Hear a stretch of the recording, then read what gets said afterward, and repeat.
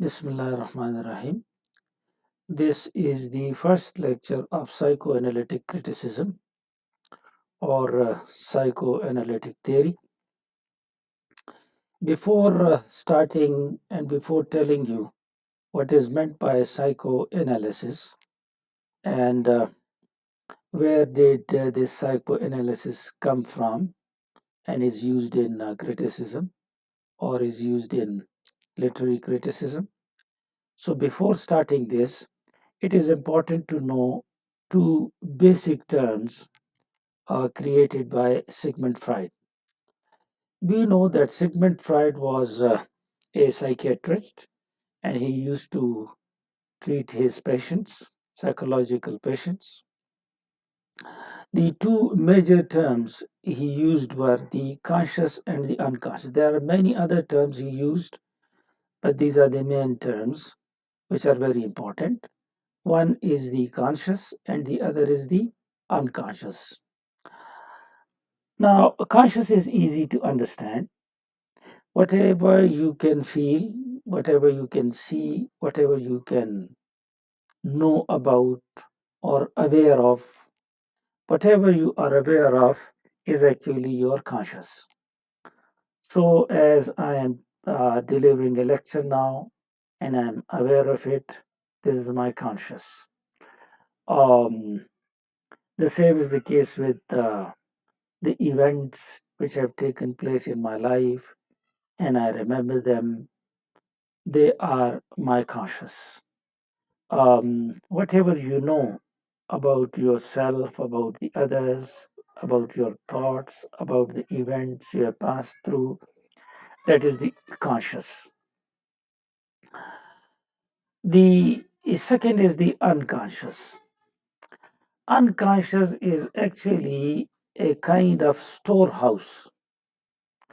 It is that storehouse in which we store painful experiences and painful emotions. If we had some painful experiences, we pushed these painful experiences into our unconscious. We push them there so that we may not face them because they are painful and we want to get rid of them.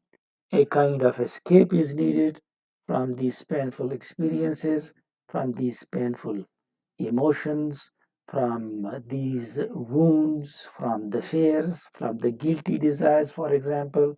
If you want to commit some sin, you know that it is against your religion, it is against your society. This desire is called a guilty desire.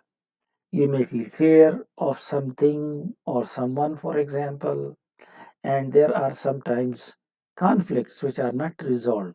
These unresolved conflicts which terrify us, which make us depressed, we try to push them somewhere where they are kept, but of course, where we are not aware of them. So, if we are aware of something, that is our conscious. If we are not aware of something because we have pushed that thing there so that we do not face them, then it becomes unconscious. So it's unconscious, a kind of storehouse for all these painful experiences, emotions, or guilty desires, or fears, or wounds. It's that unconscious. This unconscious um, is actually because of the repression. Repression means that you push these painful experiences, painful emotions, desires, fears, etc. You suppress them and you push them to a place where they would not, we think, where they would not come again to us and would not bother us. And that place where we push them is said to be our unconscious. So unconscious actually arises from the repression of all these painful experiences, emotions, wounds, fears, and guilty desires and conflicts. They are repressed there so that they may not overwhelm us. So now you know what is meant by conscious and what is meant by unconscious. Now, the basic idea in psychoanalytic criticism or psychoanalytic theory by Sigmund Freud is this, that our unconscious is extremely big and enormous as compared to our conscious. It is compared with an iceberg. The tip of the iceberg is our conscious, and the rest, which is under the water, is our unconscious. Unconscious is extremely big, it is very enormous in size, and it is extremely important according to this theory of Sigmund Freud's. It is extremely important, this unconscious. It controls us from there. This unconscious has the ability to control us from there while we don't know where we are being controlled. This is quite dangerous, that we don't know about the fact that we are controlled by something, by unconscious, and therefore it becomes impossible to cure that thing because we don't know where it comes from. So this is the basic idea of Sigmund Freud in this theory, psychoanalytic theory or criticism, that our unconscious controls our conscious. Our unconscious is enormous, very big, and it is a storehouse of our painful experiences and guilty desires and all these things. And these things suppressed and repressed in the unconscious, they actually control our conscious or our present. Our present is controlled by those experiences which we have pushed into our unconscious. This is the basic idea of Sigmund Freud in psychoanalytic theory or psychoanalytic uh, psychoanalysis in itself. ये बुनियादी चीज समझ लें, दो terms, ये psycho analysis को हम पढ़ेंगे अभी कि ये क्या है, लेकिन बेसिक आइडिया समझ लें। सिगमंड फ्रायड जो कि साइकियाट्रिस्ट था और वो अपने पेशेंट्स का इलाज करता था साइको एनालिसिस के ज़रिए, जो कि अभी हम पढ़ेंगे कि क्या है। और इसका लिटरेचर के साथ कोई ताल्लुक नहीं था, इसका एज सच क्रिटिसिज्म के साथ भी कोई ताल्लुक नहीं था। ये एक डॉक्टर था, साइकियाट्रिस्ट था और अपने पेशेंट्स को डील करता था। इसके पेशेंट्स के साथ जो तजुर्बात हुए उससे इसने थ्योरी बनाई और वो साइको एनालिटिक थ्योरी कहलाती है, जो इसी की है, लेकिन हम इसको लिटरेचर में इस्तेमाल करते हैं। दो टर्म्स इसके बहुत ज़्यादा इम्पॉर्टेंट हैं, एक को कॉन्शियस कहते हैं और दूसरे को अनकॉन्शियस कहते हैं। इसके अलावा भी है टर्म्स बहुत सारे, जैसे दूसरा टर्म रिप्रेशन भी है, लेकिन ये तो दो टर्म्स ज़्यादा इम्पॉर्टेंट है। कॉन्शियस तो ये है कि जिस चीज़ से हम बाखबर हैं वो कॉन्शियस हैं। मैं इस वक्त लेक्चर डिलीवर कर रहा हूँ, मुझे पता है मैं क्या कर रहा हूँ, ये कॉन्शियस है। और मुझे इवेंट्स अपनी लाइफ के जो याद हैं वो मेरा कॉन्शियस है। और जिस चीज़ से आप अवेयर हैं वो कॉन्शियस हैं। अलबत्ता अनकॉन्शियस जो है ये एक किस्म का स्टोर हाउस है, और इस स्टोर हाउस में वो सारी चीज़ें हम धकेल देते हैं, रिप्रेस कर देते हैं, दबा देते हैं, जो कि सोसाइटी में फिट नहीं है, मसलन या रिलीजन में फिट नहीं है। मसलन हम किसी को कत्ल करना चाहते हैं, खुदा ना खास्ता, तो ये जो हमारा डिज़ायर है, ये सोसाइटी के साथ भी मैच नहीं करता, वो भी पसंद नहीं करता, और रिलीजन भी पसंद नहीं करता, कॉमन सेंस भी पसंद नहीं करता। तो अब हमने इस डिज़ायर को से जान छुड़ाना है, तो हम इसको रिप्रेस कर देंगे, दबा देंगे और भूल जाएंगे, और हम कहेंगे कि ये इसका इलाज था, लेकिन ये इसका इलाज नहीं था।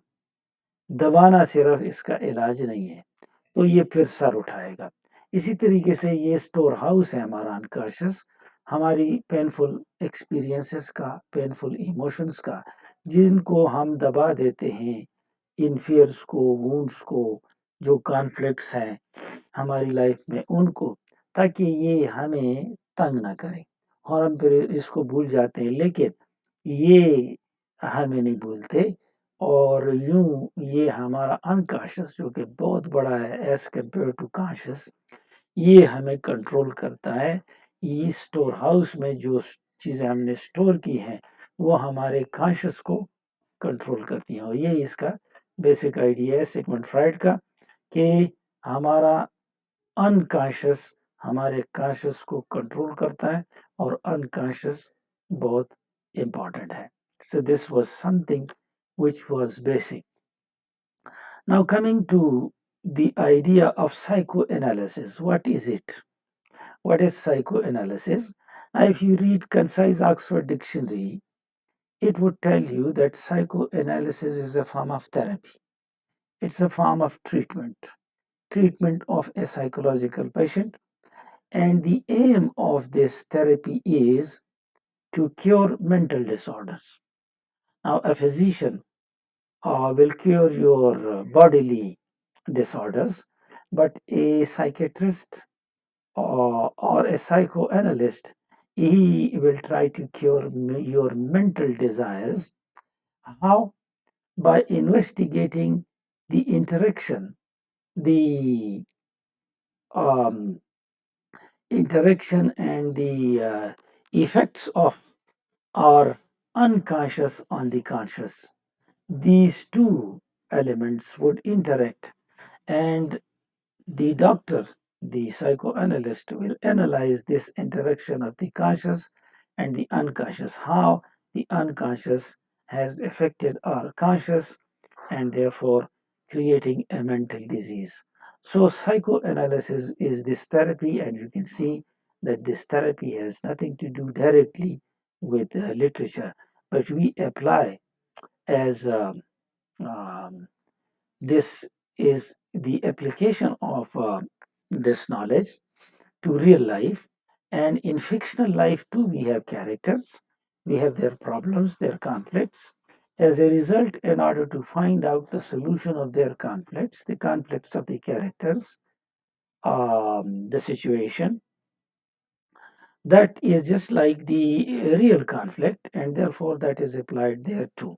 So psychoanalysis in itself directly has nothing to do with literature, but indirectly it does. So it is then applied. Now, why do we do this?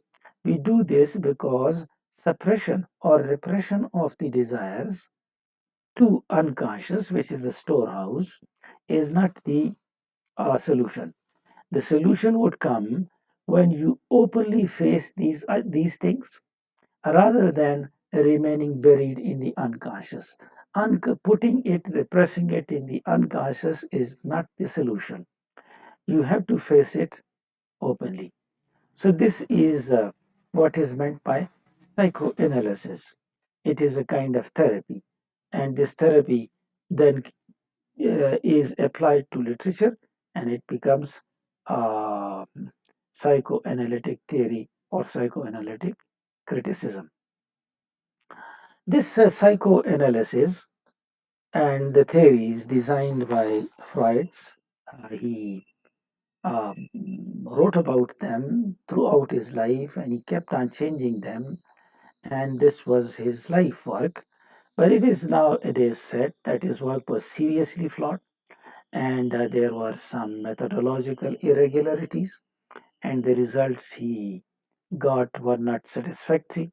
But however, he still remains a major cultural force, and there is a great impact on the thinking of today's psychiatrist on this effect of Sigmund Freud is there.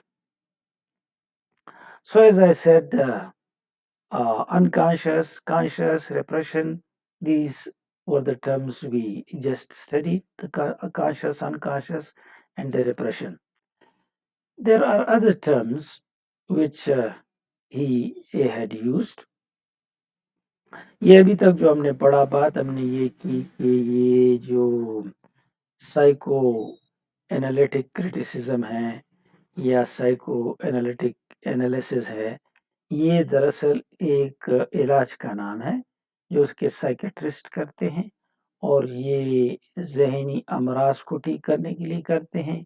तरीक़ेकार इनका ये है कि वो unconscious और conscious के दरमियान जो तज़ादात हैं, जो इंटरेक्शन है, उसको स्टडी करते हैं और मालूम करते हैं कि मसला क्या है, और उस अनकॉन्शियस में छुपी चीज़ को बाहर निकालते हैं ताकि उसका सामना किया जा सके, ना कि उसको अनकॉन्शियस में दफनाया जाए। और फिर इसको जब फेस किया जाता है तो इसके जो बुरे असर आते हैं ख़त्म हो जाते हैं। फ्राइड की का ये जो काम था, ये थ्योरी जो इसने तख्लीक की, ये अपने पेशेंट्स को एनालाइज करके उसने की, और कहा यह जाता है कि इसमें बहुत सारी खामियां हैं और इरेगुलरिटीज़ हैं। लेकिन बहरहाल सिगमंड फ्राइड एक बड़ा नाम है और इसका बड़ा इम्पैक्ट रहा है आजकल के लिटरेचर पे भी, जिसको अभी हम पढ़ रहे हैं, और साइकोलॉजी और साइकेट्री में भी उसका बड़ा असर समझा जाता है, इम्पैक्ट समझा जाता है। तो ये 3 टर्म्स तो आपको आ गए, अनकॉन्शियस है, कॉन्शियस है और रिप्रेशन है। रिप्रेशन का मतलब है अपने अपने उन जज़्बात को और फ़ियर्स को और गिल्टी डिज़ायर्स को दफ़नाना और अनकॉन्शियस में धकेलना। Is yet another term used by Sigmund Freud, and that term is referred to as sublimation. Sublimation means that sometimes your repressed desires, which are guilty desires, they are promoted to something better, or they are disguised as something noble.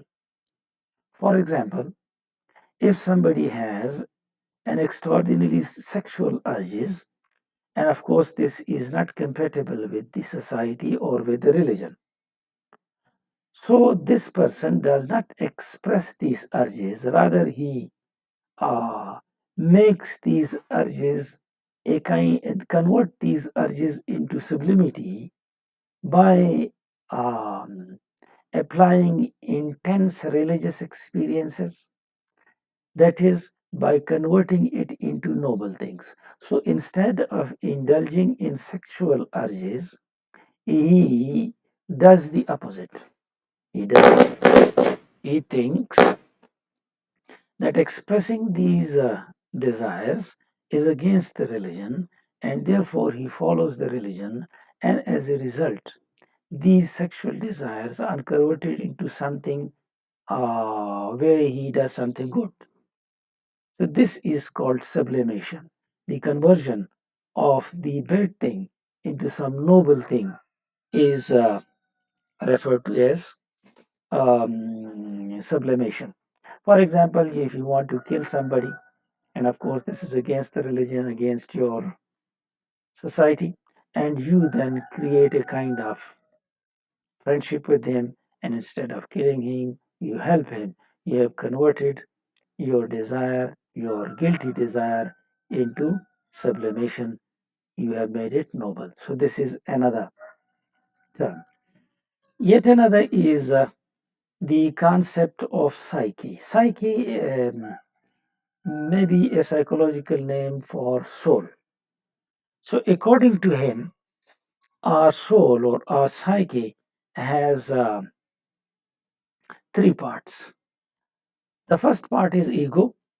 It is equivalent to consciousness.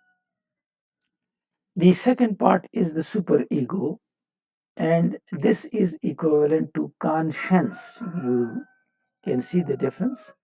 Consciousness and conscience, translated zamir in Urdu, and id, which is the unconscious. So you see 3 items. We have already discussed two of them: consciousness, unconsciousness, and conscience. So, our soul has these three parts: consciousness, the conscience, translated zamir, and the unconscious. We have discussed consciousness and unconscious. This is another of the term used. He also talked about infantile sexuality because he believed that this aspect of sexuality, it doesn't start in puberty or when you become grown up. It starts as an infant. This is his idea. You may believe it, you may not believe in it.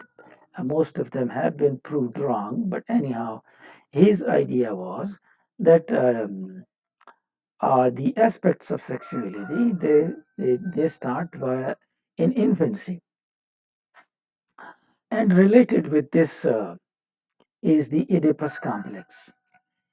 In the Oedipus complex means that a child, if it is a female child, he will feel attraction towards the father. If it is a male child, he will feel sexual attraction towards the mother. So, if it is a male child, the male child would become jealous of his father and his relationship with the mother, and he will try to eliminate the father and become the sexual partner of the mother. Now, you can see these are just rubbish ideas, but of course, as studying the theory, we have to do them. These are the results which he thought he achieved, and he thought they were correct. So eliminate the father and become. This is called Oedipus complex. The attraction for the female child is to the father, for the male child is to the mother. Yet another term is libido. Libido is actually the sexual energy, and he refers to this energy that it comes in three stages. Actually, not in three stages, there are actually five stages. The first stage is referred to as oral stage. I'm not going into the detail of this, just listen to the names. The second stage is referred to as the anal stage. The third stage is referred to as the phallic stage. The fourth stage is the latent period or the latent stage. And the last one is called the genital stage. So these are the different stages through which a human being develops from his infancy to childhood to puberty and to adulthood. So this is all about libido. There is another term called transference from the word transfer, as you already know. It is that phenomena whereby the patient under analysis, if a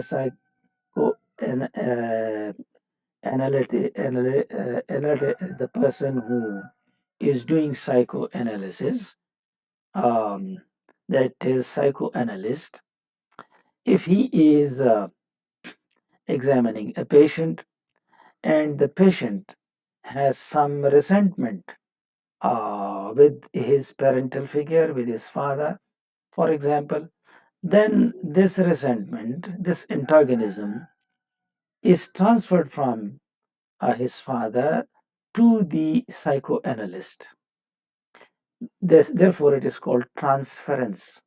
The thing is transferred from the father to the analyst, and the patient looks antagonist to the analyst. Yet another is projection, from the word project. There is something which we try to hide, and as a result, in order to get rid of that thing, we project that thing in some other character. So, if we are, for example, proud, we will project this pride in some other person, and as a result, we will disown this. Disown this because pride is not something good. So, instead of calling ourselves proud, we would call others proud. Both of these processes, transference and projection, They are the part of a mechanism called defense mechanism. With both these things, we actually defend ourselves. We do not want to consider ourselves proud, therefore, we project it in some other person. We do not want to be antagonist to our father, so we transfer our anger from our father to the psychoanalyst or to someone else. So both of them are referred to as defense mechanism.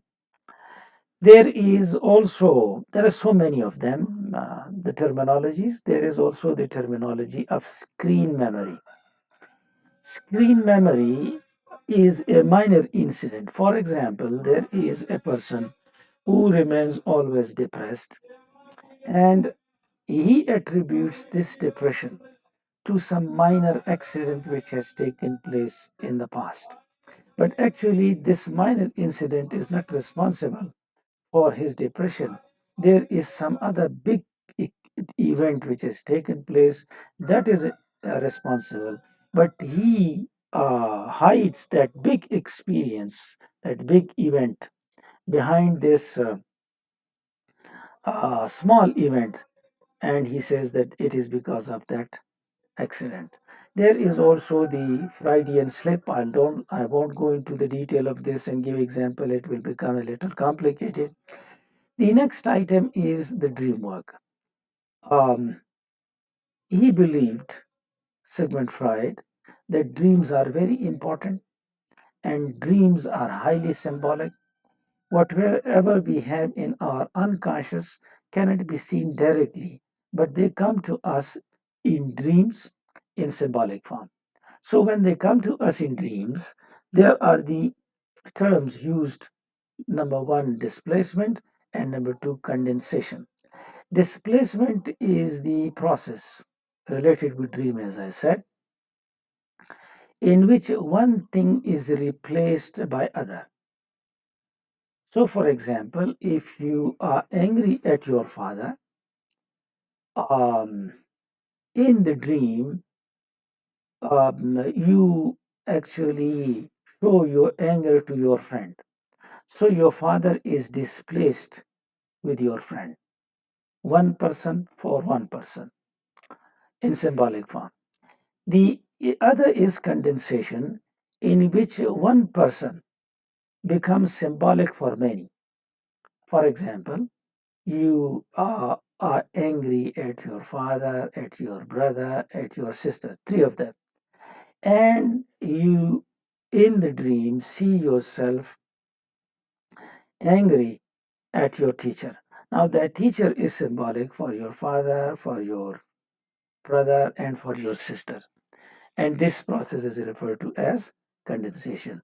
This much is enough for the sixth semester.